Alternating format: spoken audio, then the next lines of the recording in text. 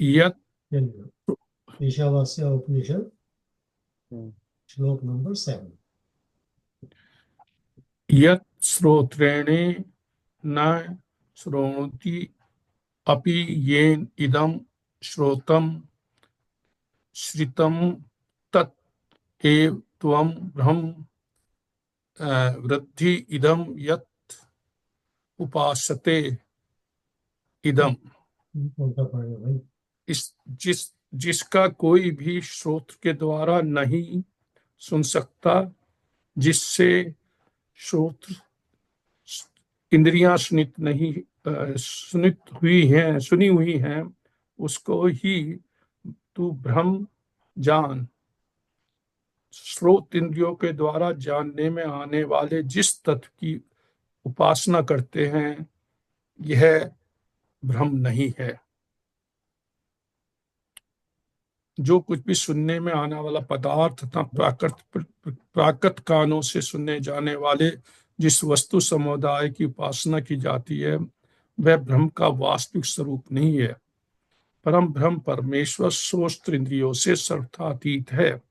उसके विषय में केवल इतना ही कहा जा सकता है कि जो सोत्र इंद्रियों का ज्ञाता प्रेरक, उसमें सुनने की शक्ति देने वाला है, और जिसकी शक्ति के किसी अंश से श्रोत्र इंद्रियों में शब्दों को ग्रहण करने की सामर्थ्य आई है, वह ब्रह्म है। इस मंत्र में जिस शक्ति और प्रेरणा से श्रोत्र अपने विषय को सुनने में प्रवृत्त होता है, वह कौन है? इस प्रश्न का उत्तर दिया गया है। भाई मैं थोड़ा सा इसमें मेरे पास जो डॉक्यूमेंट है ईशावास्य का, इसमें मैं श्लोक को ढूंढ नहीं पा रहा हूँ। तुमने ढूंढ पा रहे भाई? क्या मतलब बीच में बैठ? पेज 26 पे है ये। कौन? तो 26 भाई पेज पे है ये। 26 27 के आसपास है कि 27 पे है, सॉरी।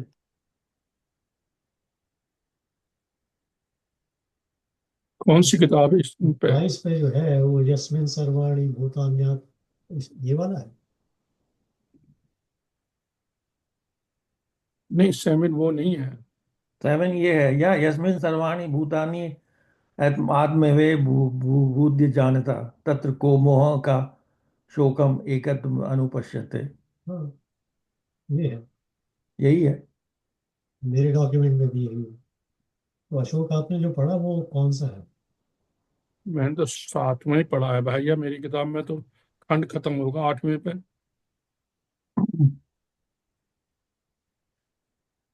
तुम्हारा में क्या चक्षु पश्यति उदार, तुम छठे को बोल रहे हो?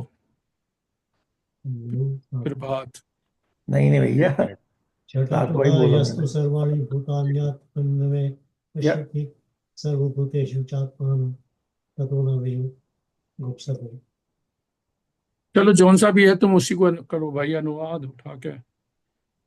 नहीं, हम लोगों को सबको एक ही डॉक्यूमेंट में पढ़ना चाहिए। मतलब आपके डॉक्यूमेंट में क्या है भाई? डिस्क्रिप्शन ऑफ वननेस की बात हो रही है ना इसमें, वर्स 7 एक में। सेकंड, एक सेकंड दो बस, मैं बता रहा हूँ।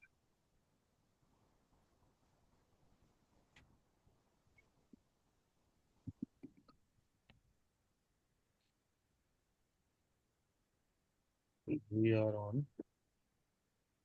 मैं तो देखना वो देखता हूँ पर कुछ निशब्द की किताब भी होगी शायद। एक मिनट।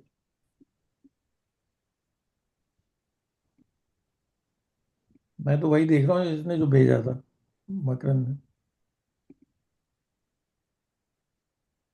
मैंने जो मैंने तो उसको संधि विच्छेद से पढ़ा है, तुम्हें तुम थोड़ा सा लग रहा दिख रहा है। यच पहला वर्ड है, यच श्रोत्रेण न शृणोति येन श्रोत्रम इदम श्रुतम। यार हमारे वाले में जो ये मकरंद ने देखिए, बोला, यस्मिन यस्मिन सर्वाणि मेरे पास करेक्ट करेक्ट, वही मैं भी पढ़ रहा हूँ। अतः तत् को मोह, एकत्वम अनुष्यता, ये है। करेक्ट। जो तो एक आत्मा की बात हो रही है ना यार। description of as oneness. spiritual sparks. हाँ Description of oneness. हाँ, एकत्वम. इसमें the theme, the core theme of this shloka is ekatvam.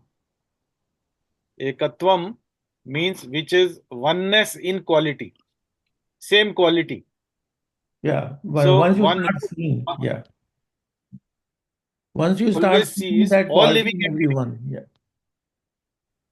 yeah. One who always all living entities as spiritual sparks, which is in quality same as the Lord, becomes a true knower of things. There is no illusion or no anxiety for him. This is the meaning of this translation of this verse. For a person who sees everybody as a spark,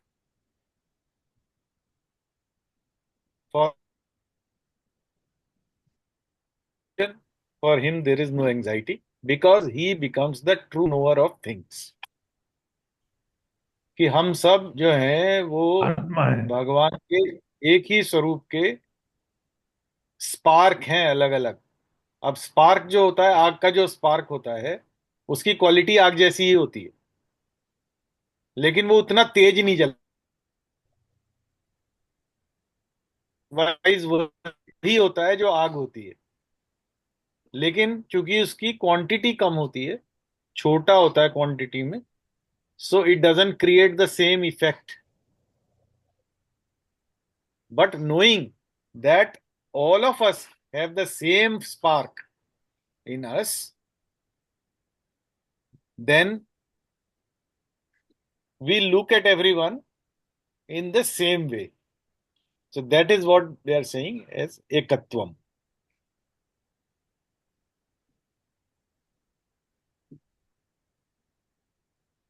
चलो तो उससे next पढ़ो तुम पढ़ दो जैसे भी है, जब खोल लिए तो तुम्हारे मकरन.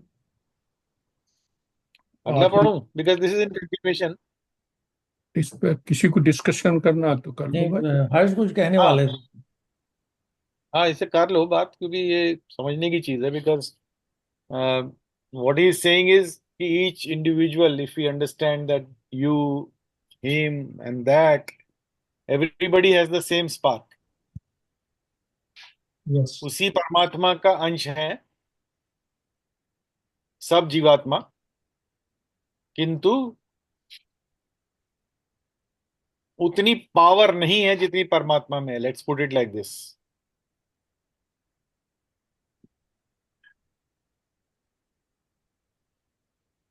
कहाँ तक जाना चाहोगे? हाँ, कहीं तक भी कहीं तक भी ले जहाँ जाओ, तक आप ले चलो. ले जाओ, थोड़ा दूर तो ले जाओ. एक तो है ना प्रिंसिपल की अंडरस्टैंडिंग कि जो आत्मा मुझ में है वही सब में है. ये तो अंडरस्टैंडिंग है ना प्रिंसिपल. राइट. मदात्मा सर्वभूतात्मा. एक है वो जो लेवल है जिसमें द्वैत का लेवल आता है, उसमें स्पार्क की बात आती है. मैं अंश हूँ, मुझ में क्वालिटी तो वही है, मगर मैं अंश ही हूँ, मैं वो नहीं हूँ. राइट. ये दूसरा लेवल है.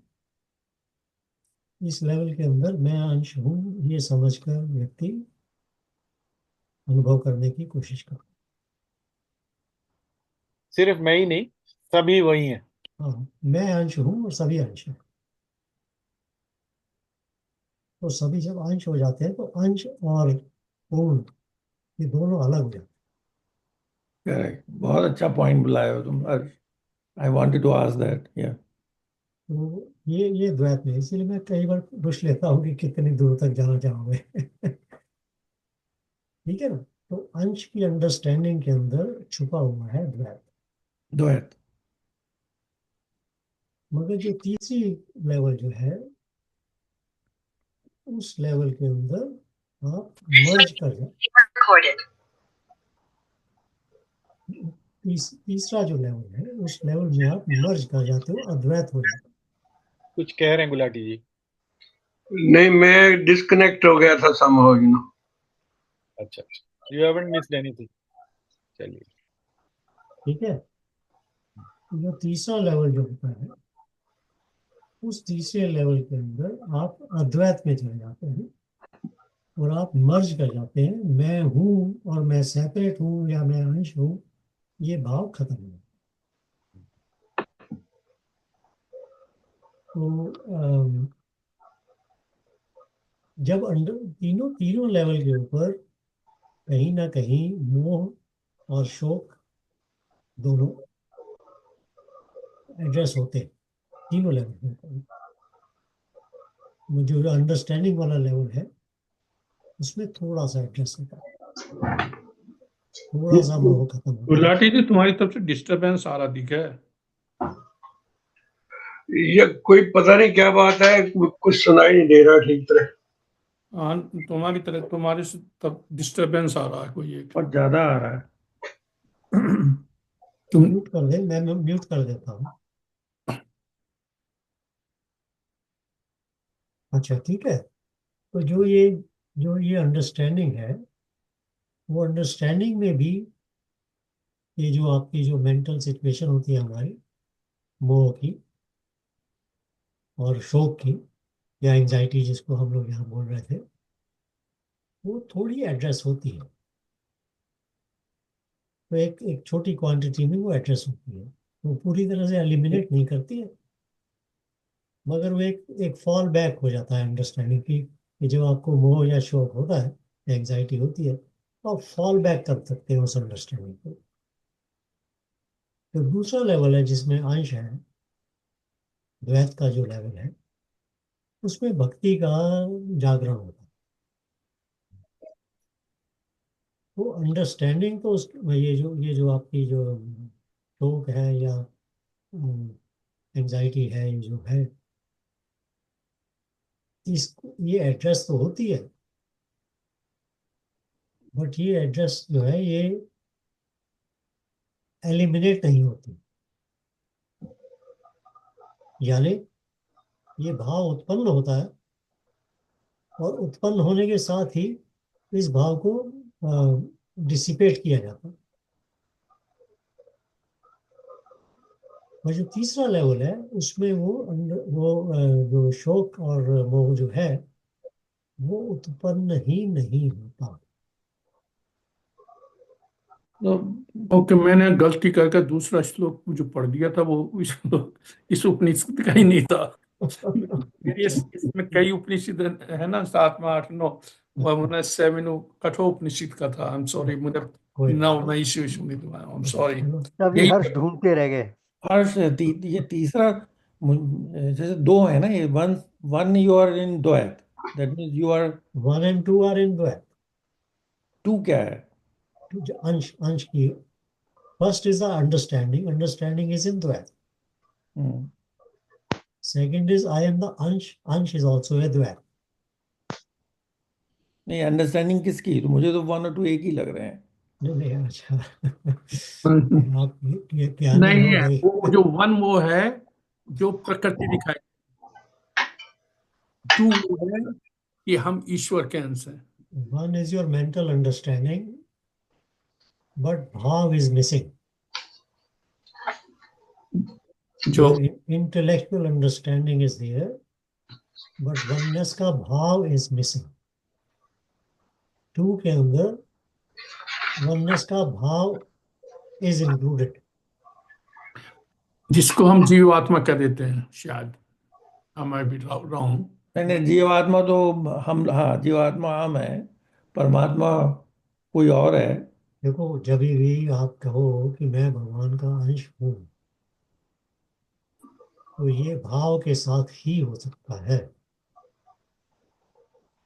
जब हम कहते हैं सब लोग, सब संसार एक है, ये अंडरस्टैंडिंग के साथ में भी हो सकता है।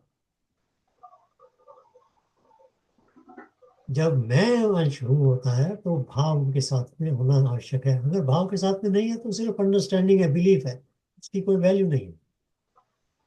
तो द्वैत के दो पार्ट हैं ये, दैट्स हाउ आई मेरा अंडरस्टैंड। कहने का मतलब, अंडरस्टैंडिंग तो हमेशा द्वैत में रहती है ना। अंडरस्टैंडिंग के तो इसे मेंटल अंडरस्टैंडिंग, इस intellectual understanding. I remain different, it is my understanding, so I am different. Hmm, द्वैत का क्या, द्वैत की जो परिभाषा है, जो सिंप्लीफाइड परिभाषा है, वो ये है, एज लॉन्ग एज मैं का भाव है, अदर देन मैं का भाव भी साइमल्टेनियसली उपस्थित होता है। जब वो तक पिछली बार करा था मैं ना, है। पिछली बार करा था ना, भेद अभेद, हाँ, अचिंत्य भेद अभेद।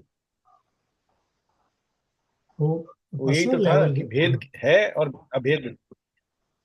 हाँ, तो पर्सनल लेवल के ऊपर अगर आप सोचेंगे, जब तक मुझ में मैं का भाव है, तब तक मैं के अलावा भी कुछ है, ये भाव भी साथ ही होता है। बिल्कुल। इस इस विचार को हम द्वैत में मानते हैं। अब द्वैत की परिभाषाएं बहुत जगह आपको मिलेगी, बट पर्सनल लेवल के ऊपर जब आप देखोगे, जब तक मैं का भाव है, तब तक अदर No, देन मैं का भाव है। जो अदर I, देन मैं और मैं, दो हो जाती है चीजें। यानी मैं हूं और भगवान है, तो ये दो हो गए। मैं हूं और संसार है, ये दो हो गए। मैं हूं और तुम हो, दो हो गए। तो द्वैत के अंदर जब मैं का भाव जैसे ही होता है, तो वो हमेशा साइमल्टेनियसली मैं के अलावा कुछ है, उसका भाव भी जागृत करता है।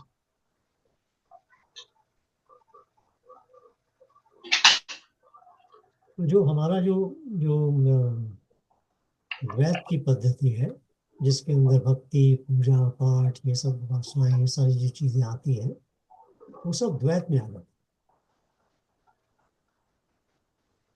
जो अद्वैत का भाव होता है, उसमें मैं मर्ज कर जाता हूं, मैं हूं, ऐसा भाव नहीं रह जाता, हूं रह जाता। कहते हैं ना, अहम ब्रह्म अस्मि जैसे है। हम्म। तो तो अहम ब्रह्म अस्मि का जब आपको अनुभव होता है, तो सिर्फ अस्मि रह जाता है, ना अहम रह जाता है, ना ब्रह्म रह जाता है। अहम ब्रह्म अस्मि जो वर्ड्स हैं, उसमें से जो अहम है, वो निकल जाता है। उस अनुभव के साथ आते ही वो निकल जाता है। ब्रह्म भी निकल जाता है, क्योंकि इसकी कोई, उसका कोई, उसकी व्याख्या नहीं है, उसका कोई मीनिंग, आप एक्सप्लेनेशन नहीं है, उसका कोई चिंतन नहीं है उसका। ब्रह्म वर्ड भी निकल जाता है।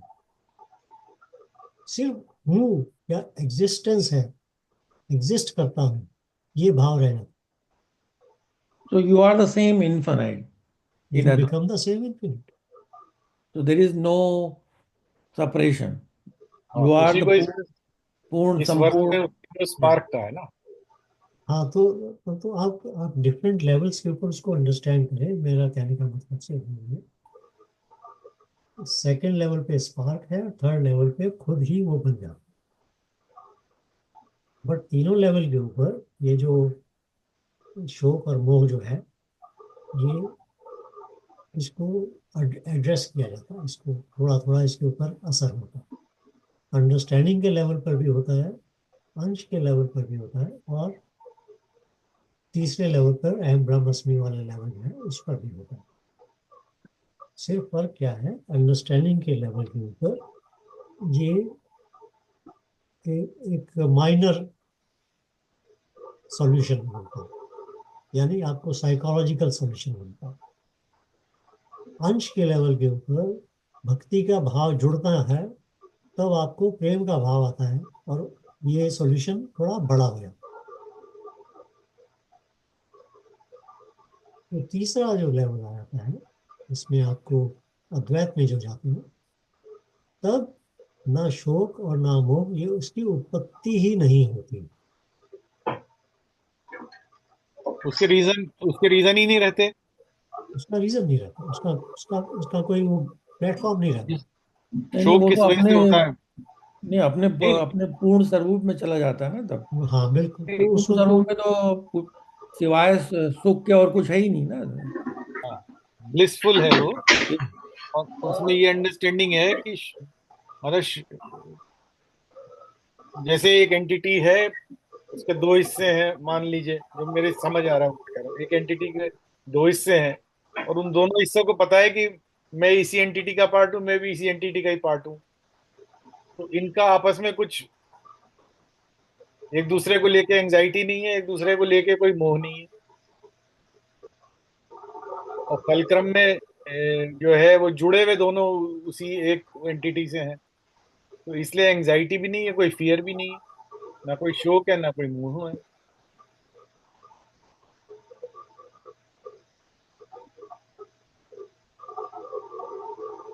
तो जो हर्ष कह रहे हैं कि भाई मैं अलग हूं, वो वाला भाव अगर हम लेके चलते हैं तभी ये सारी चीजें शुरू हो जाती हैं।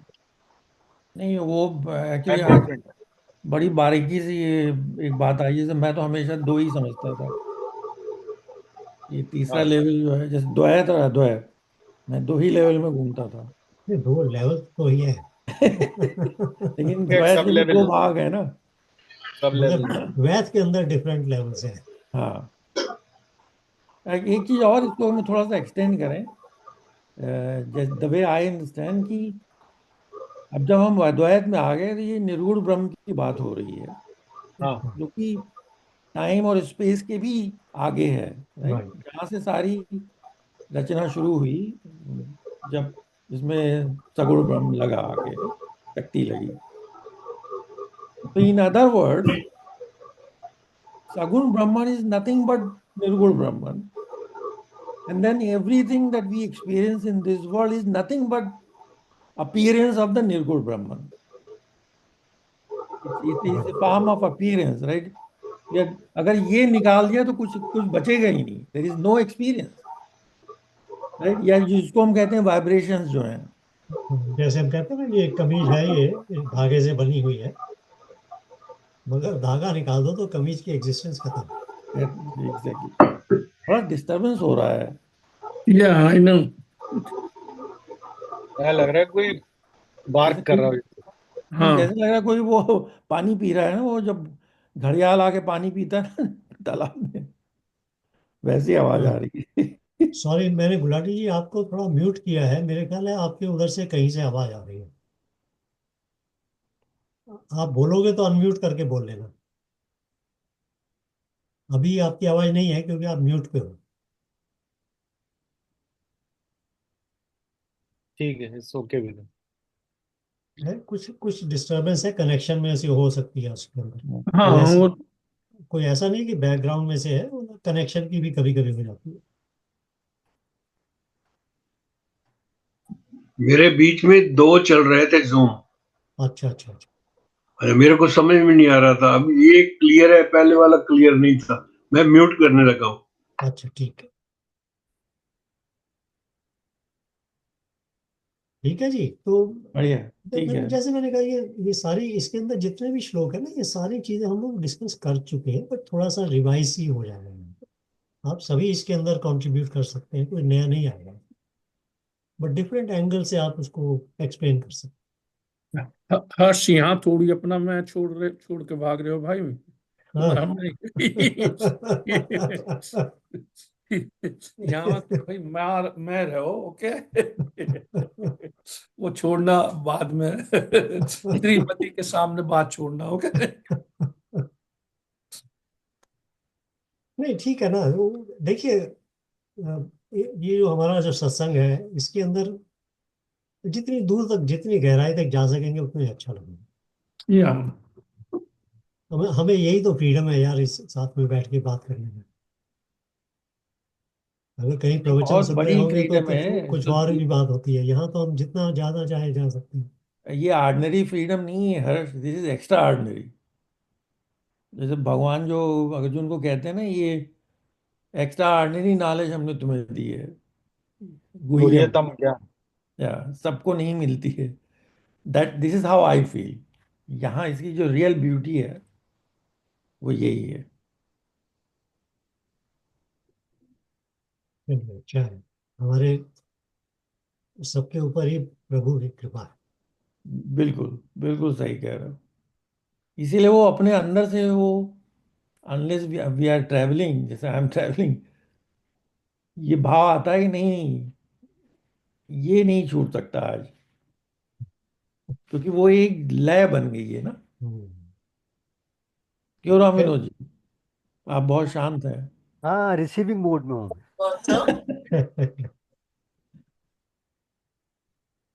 चलिए नेक्स्ट वाला करें। हाँ चलो नेक्स्ट पढ़ते हैं। आप पढ़ो, मेरा एक फोन है।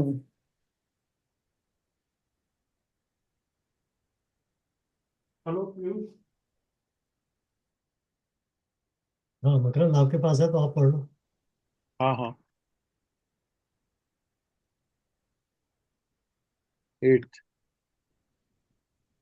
सा परायागच्छ चक्रम अकयम आवरणम अस्नाविराम शुद्धम अपापविद्धम कबीर मनीषी परिभु स्वयंभू यथा तथ्योर्थन व्यादाधस्वती भय समभ्य। कॉम्प्लिकेटेड। हाँ थोड़ा वो है, कंटिन्यूएशन है ये 7th का। हाँ Such a person must factually know the greatest of all,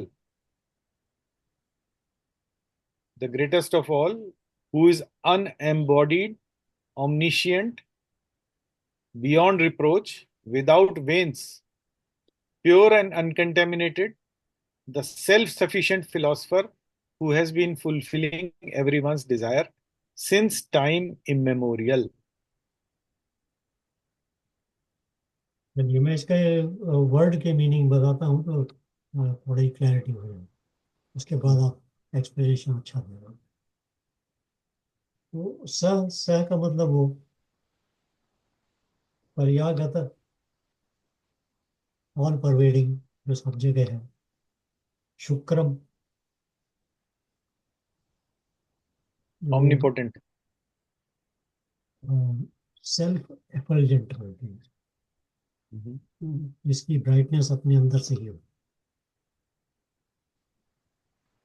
अकाय, काय कहते हैं ना देह को, जिसका कोई जिसकी कोई देर ना हो। देह नहीं।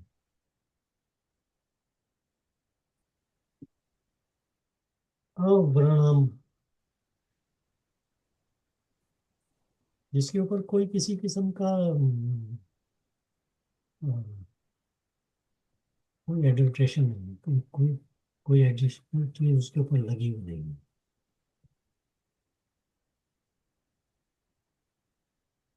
अस्नाविरगम, अस्नाविरगम, हमने स्नायु वर्ड सुना होगा, है? शरीर के रेफरेंस में स्नायु वर्ड सुना होगा, जैसे हाँ मसल्स स्नायु, होती है, स्नायु हाँ। तो जिसके अंदर कोई स्नायु नहीं, मसल्स नहीं किसी किस्म की। वेन्स लिखा है इसमें, veins, veins, veins exactly, without veins, without veins. अस्नाविराम विदाउट वेन्स। हाँ वेन्स, बिल्कुल अच्छा अच्छा आपने ट्रांसलेशन दिया। स्नायु वेन्स को बोलते हैं, स्नायु शरीर के संदर्भ में जब हम बोलते हैं स्नायु। शुद्धम, शुद्धम तो शुद्ध, पता है, प्योर। अपाप वित्वम,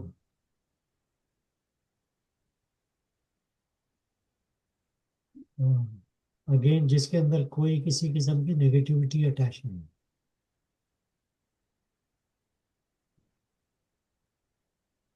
कवि,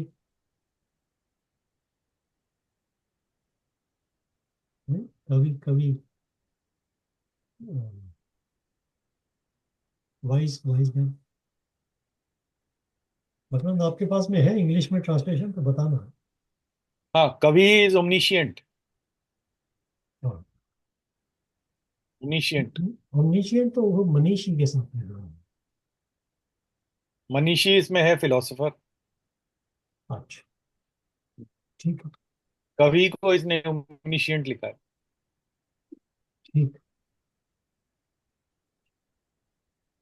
एंड परिभू, परिबु इज ग्रेटेस्ट ऑफ ऑल, हाँ परिभू को मतलब ये भी कहते हैं जो मैनिफेस्टेशन से परे हो, बियॉन्ड एक्सपेक्टेशंस। हाँ बियॉन्ड मैनिफेस्टेशन। भू भ शब्द हमारा बहुत ही वो है इम्पोर्टेंट। भूत मतलब एग्जिस्टेंस यानी मैनिफेस्टेशन। तो ये परिभू हो गया, फिर स्वयंभू, स्वयंभू, self sufficient, self existent. Self existent. Okay. भू भू को हमने बोला ना एग्जिस्टेंस मैनिफेस्टेशन, ऐसे तो जो सेल्फ एग्जिस्टेंट मतलब नॉट किसी और पे डिपेंडेंट नहीं है, Which is उसकी not depending on anybody for existence. उसकी एग्जिस्टेंस किसी और पे डिपेंडेंट नहीं। उसके बाद है क्या, यथार्थ तथ्यतः, यथार्थ तथ्य Yata tathata is just in pursuance of. in the sequence है। अर्थान, Arth, अर्थ के मीनिंग भी अलग अलग जगह पे अलग हो जाते हैं। अर्थ का एक मीनिंग तो हम कहते हैं ना, जिसका इसका भावार्थ क्या है, मीनिंग क्या है। अर्थ का मतलब हम ये भी कहते हैं जो वेल्थ, अर्थशास्त्र जो है वो इकोनॉमिक्स से साथ में जुड़े हुए, वेल्थ को भी अर्थ बोलते हैं। और अर्थ को हम एक जो गोल होता है, ऑब्जेक्टिव होता है, उसके लिए भी अर्थ बोलते हैं। तो जैसे अब desirables, desirables.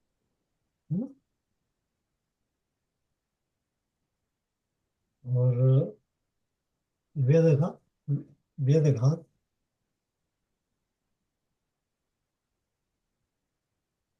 वेदघात का क्या है भाई मतलब इंग्लिश में? Awards, awards, awards. Awards, awards मतलब ये वो रिवॉर्ड अवार्ड वाला नहीं है। It's not that reward award Awarded. वाला अवार्ड। That- ये जैसे कहते हैं इसको एक रिस्पॉन्सिबिलिटी दी जाती है, जैसे you are awarded this responsibility, उस मतलब में है। शाश्वतीभ्य, Shashwatibhya, immemorial. हाँ इटर्नल जिसको हम बोलते हैं, शाश्वत। Shashwat. एंड समाप्य, फिर samabhya, time. तो मतलब वो उसकी जो वो है उसकी ये जहाँ पे क्वालिटीज बताई गई हैं। वो जो अभी इससे पहले हम बोले थे ना, सर्वभूतान में जो है मदात्मा सर्वभूतात्मा, वो जो आत्मा है उसकी क्वालिटीज यहाँ पे लिस्ट की गई है कि वो आत्मा सर्वगत है, ओमनिशिएंट है, सेल्फ एफल्जेंट है ना, शुद्ध है, अनएडल्ट्रेटेड है, किसी तरह से उसको कोई इविल या पाप या कोई कोई नेगेटिविटी उसके अंदर अटैच नहीं है। तो ये सारी की सारी चीजें जो है ये उस आत्मा की है, मतलब परमात्मा की। परमात्मा।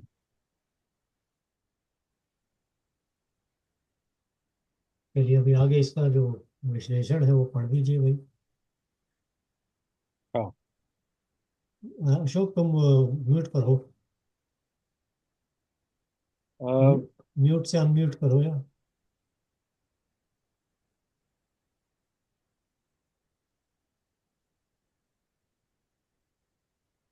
बोलो। तो म्यूट है। या हो गया, हो गया। हाँ इन्होंने जो व्याख्या दी है वो कुछ पढ़ देता हूँ।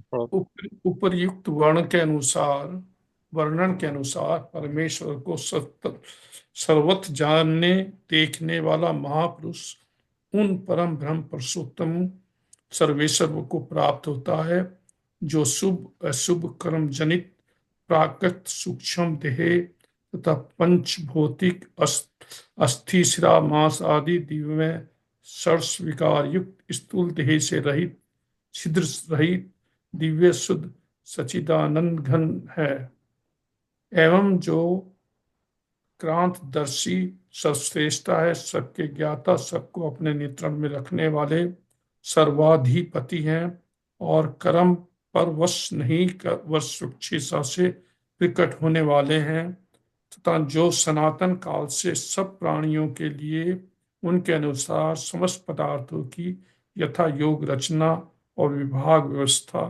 करते आए हैं।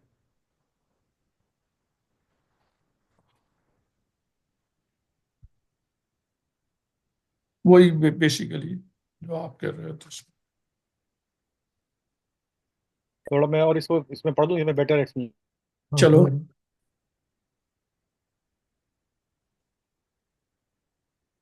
He is explaining like this: the Supreme Lord is not formless.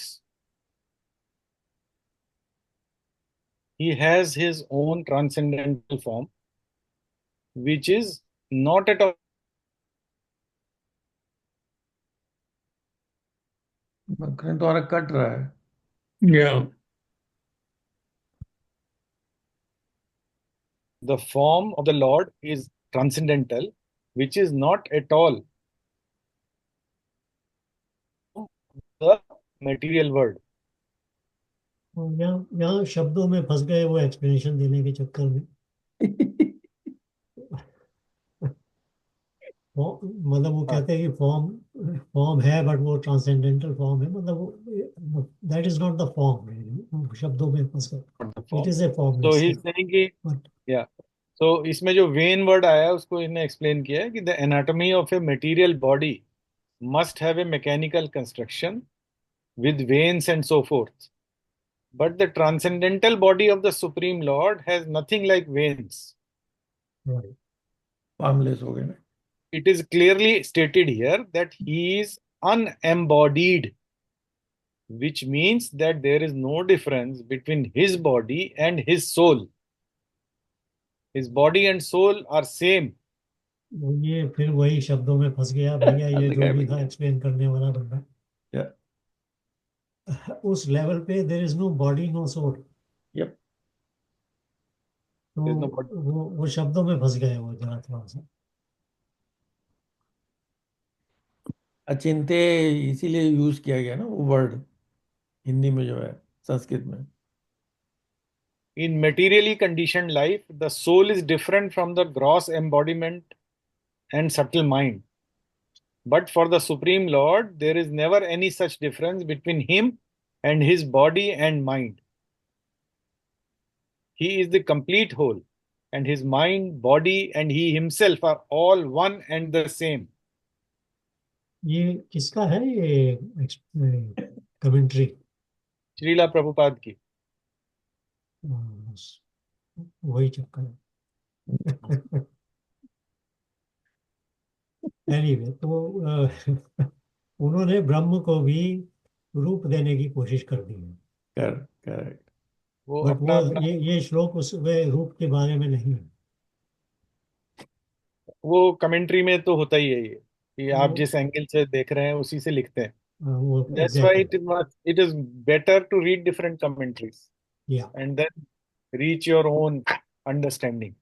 Right. तो एनीवे तो ये श्लोक जो है बेसिकली ये बताने की कोशिश कर रहा है कि जो ब्रह्म है, जो आत्मा, जो परमात्मा जिसको हम बोल रहे हैं, वो किसी भी एट्रीब्यूट के साथ में नहीं है, बट कुछ उसको एक्सप्लेन करने के लिए कि भाई वो सब जगह है, बट सेल्फ एफल्जेंट जैसा मेन की वर्ड है। Hmm. It is not dependent on anything and it is self effulgent, यानी अपने आप से ही वो उसकी ब्राइटनेस है, अपने आप से ही उसकी एग्जिस्टेंस है। उस एग्जिस्टेंस के लिए किसी पर डिपेंडेंट नहीं।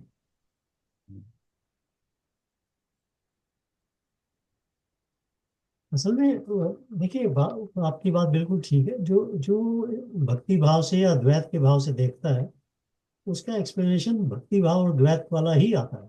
हम्म। तो हम लोग थोड़ा लकीली हम लोग सरल भाव से देख सकते हैं इसको, तो हम देख लेते हैं। और जो उसका रियल जो मीनिंग है यहाँ पर उसको मिस नहीं करना चाहिए, क्योंकि कंफ्यूजन नहीं करके क्रिएट करना चाहिए कि उसकी फॉर्म तो है बट वो फॉर्मलेस, जो ट्रांसेंडेंटल फॉर्म है। मतलब माइंड आपका कंफ्यूज हो जाता है कि मतलब क्या हुआ इसका। मेरी तो समझ में आज तक ट्रांसजेंडर नहीं आता। मैंने कहा ये वर्ड लेके कहाँ से आए ये लोग।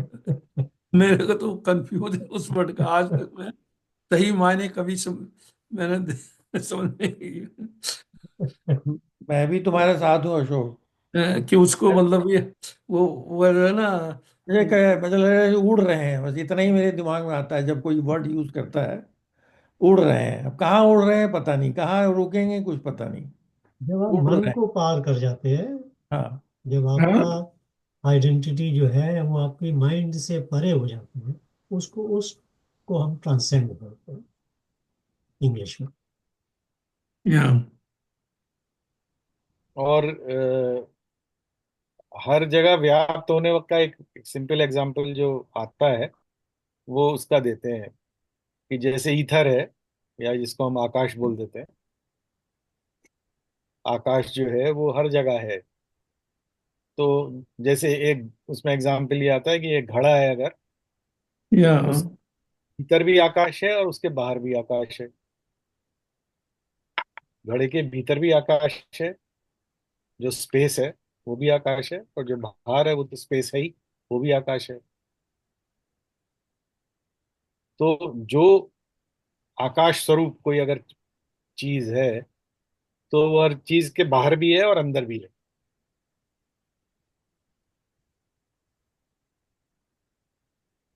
अब पॉइंट इसमें फिर यही आएगा कि आकाश क्या है। वही मैं भी कहने नहीं, वाला था। वो इसके आकाश। लिए आकाश उस आकाश के अंदर ही तो सारी क्रियाएं हो रही हैं। इस आकाश के अंदर ही बादल बन रहे हैं, आकाश के अंदर ही बारिश हो रही है। आकाश ही के अंदर सारी तरंगे संचार हो रही हैं। सारा ट्रैफिक ही आज की तारीख में जो समझ में आता है साइंटिफिक, वो आकाश के अंदर ही हो रहा है। या इसके लिए मैं इट इज ए उसका medium, it is a medium. या नहीं, इसको मैं तुम्हें एक सिंपल सी एग्जांपल दे रहा हूँ जो उसमें आती है। मतलब फिजिक्स की है एग्जांपल। ये है ना कि कितने डायमेंशंस हैं। ओके, तो उसमें जैसे ये एक्स वाई जेड तो हो ही गया था। फिर टाइम हो गया, और उसके बाद वो मैथमेटिक्स में 10 डिग्री 10 डायमेंशन की इक्वेशन है वो। तो उसके ऊपर उन्होंने बड़ा एक बड़ी अच्छी उस एक किसी थी नोबेल प्राइज वाले की बुक है वो कहता है कि देखो, अगर हमें हमारी आंखों को डेप्थ नहीं दिखती तो हमारे से ये जो वर्ड था ना 3 डायमेंशनल नहीं होता। आपको केवल उसकी चौड़ाई दिखाई देती है और ऊंचाई दिखाई देती। तुम यही नहीं कह देते कि घर जो है 3 डायमेंशन का है। तो वो बोला कि अगर मनुष्य को की आंखों में वो दो दो आंख जो है उसकी वजह से हमें डेप्थ का अनुभव होता है, तीसरे डायमेंशन का। तो बोला जब हमारा प्रकृति का तो that's what our problem is. जिस डायमेंशन में वो है हमें उसका वो ही नहीं पता। कोई बात तो नहीं। तो उसके वो कह रहा कि नहीं तो फिर सारा वर्ड जो डेप्थ चली गई होती तो as far as you are concern everything is plain. तो वो एहसास नहीं होता सकता फिर। राइट। किसी एनर्जी से जिससे नेक्स्ट चीज क्रिएट हुई है, वो उस एनर्जी को नहीं देख सकती, या ना उसको समझ सकती।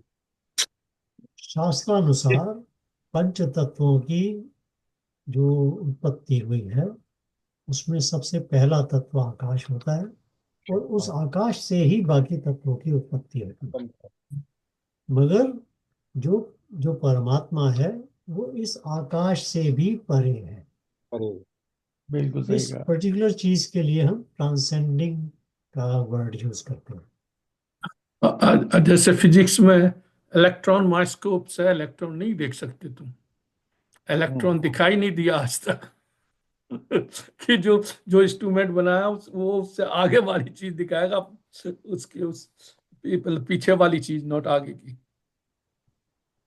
मेरे ख्याल आज हमें यहाँ रुकना होगा। यस, क्योंकि फिर जो आगे के जो तीनों मंत्र हैं वो उसके ऊपर हैं, विद्या है विद्या, हाँ साइड में पहुंच हाँ, गए। ये एक्चुअली लाइक आई सेड, ये सब चीजें हम लोग डिस्कस भी कर चुके हैं। तो सिर्फ मैं आपको दोबारा से पॉइंट आउट करूंगा तो आपको याद आ जाएगा कि हाँ क्या कह रहे हैं हम। नहीं नहीं, बहुत अच्छी बात है यार हर्ष, क्योंकि गीता में तो सब हम लोग पढ़ ही चुके हैं इसको। हाँ, हम पढ़ चुके हैं ये सारी हाँ, चीजें। लेकिन रिवीजन हो रहा है और डिफरेंट मीन्स ऑफ अंडरस्टैंडिंग बन रहे हैं। जैसे सेकेंडली क्या होता है कि इन चीजों के साथ में ना फिर आपको लगता है कि हाँ, हमने पहले पढ़ा था बट ये वाला एंगल हम देख नहीं पाए थे कई बार। हम समझ नहीं कुछ पाए। चीजों के अंदर एक आहा भी आ जाता है कि भाई अरे यहाँ ये भी नहीं बट इसीलिए एक्चुअली जो हमारे जितने भी शास्त्र हैं सब आपस में कनेक्टेड है, कोई किसी को वो नहीं करता, ये क्योंकि सबका कॉन्ट्रडिक्ट सोर्स नहीं वही है करता, ना, एक ही सोर्स कॉन्ट्रडिक्ट है नहीं सबका। करता, सब एक हाँ, दूसरे से जुड़ते हैं। और इसीलिए भी ये भी कहते हैं कि भाई वो जिस तरह से देखता है उसको उसी तरह से सामने नजर आते हैं। क्योंकि आप एक ही वस्तु को एक ही भाव को या एक ही कॉन्सेप्ट को आप डिफरेंट एंगल से देख। राइट। तो एनीवे मैं तो रुकने के लिए इसलिए कह रहा था क्योंकि हम लोगों ने आधा घंटा वो दूसरे डिस्कशन के लिए रखा हुआ है ना। Right. हाँ बस। बिल्कुल, रोक दो। तो इसलिए कहा। राइट जी, राइट। चलिए, फिर मैं अभी इसको मैं रोकता हूँ।